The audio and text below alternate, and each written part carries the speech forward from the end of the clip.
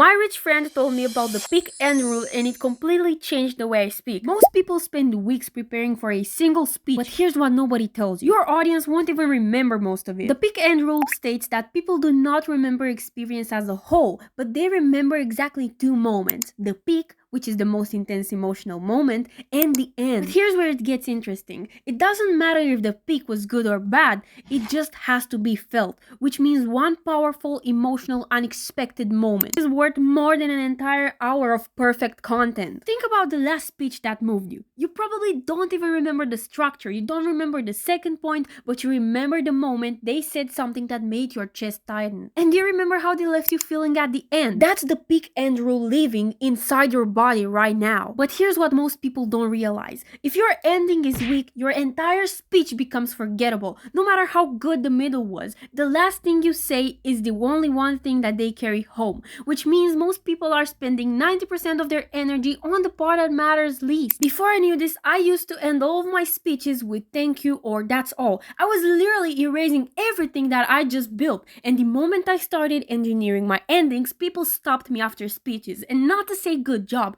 but to say the last thing you said, I really needed to hear that. That's the difference between a speech people clap for and a speech people remember forever. So here's what I want you to do.